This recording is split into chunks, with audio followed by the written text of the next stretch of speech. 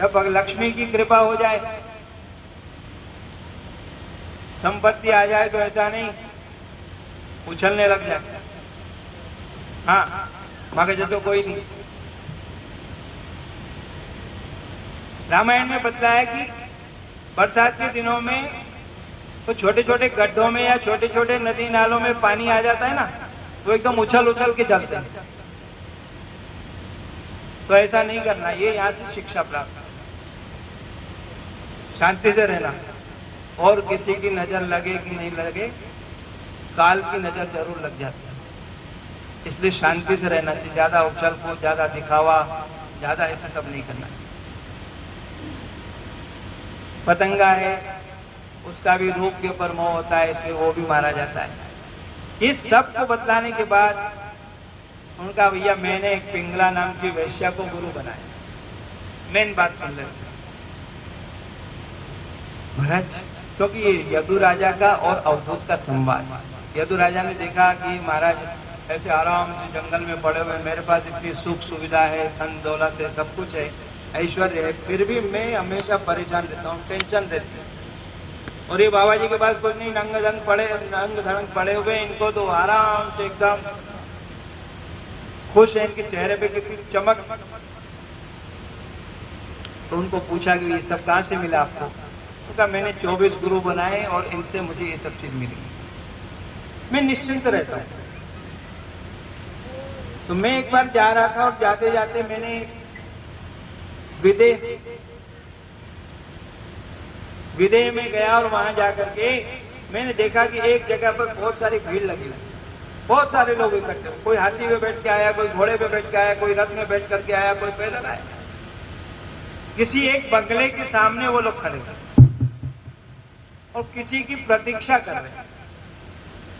मैं उधर से निकला तो मेरे को आश्चर्य हुआ, आखिर इतनी भीड़ क्यों इकट्ठी हो, क्या बात है?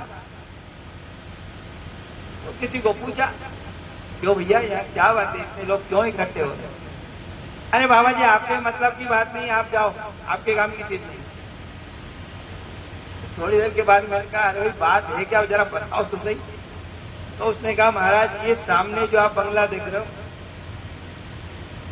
इसमें एक विश्व सुंदरी रहती है,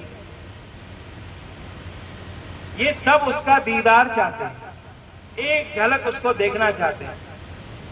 बम्बई में से बहुत सारे कहाँ खड़े रहते हैं, कितनी भीड़ में, सड़क के ऊपर जहां देखो वहां खड़े रहते। एक बार खिड़की में से देखेगा तो हम धन्य हो जाएंगे।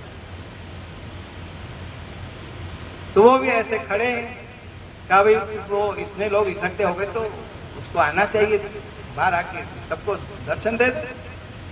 कहा नहीं महाराज, ये सामने जो नगाड़ा रखा है, इसके पास में एक सोने का डंका रखा है, उसकी शर्त है कि जो 1000 सोने की मुद्राएं देगा वो इस नगाड़े के ऊपर एक चोट मारेगा, एक डंका बजाएगा। जो सबसे ज्यादा देगा उसको वो दिखाएगा, अपना स्वरूप दिखाएगा। तो अभी तक कितने हो गए महाराज? 25,000 देने के लिए लोग तैयार। किसी ने 1 लगाया, किसी ने 2 लगाया, किसी ने 25 लगाया। अब वो चाहती है कि इससे भी ज्यादा देने वाला कोई आ जाए। अच्छा ऐसी बात है? तो बाबा जी ने गए नगाड़े के पास और जाके धड़ा अनगिनत, क्योंकि अभी तक तो लोग आए थे तो वो गिनती करके जितनी जेब गर्म थी उतना 1 2 ऐसे गिनती कर, और ये तो गए जो मंदिर के नगाड़े की तरफ से धड़ा बजाना शुरू।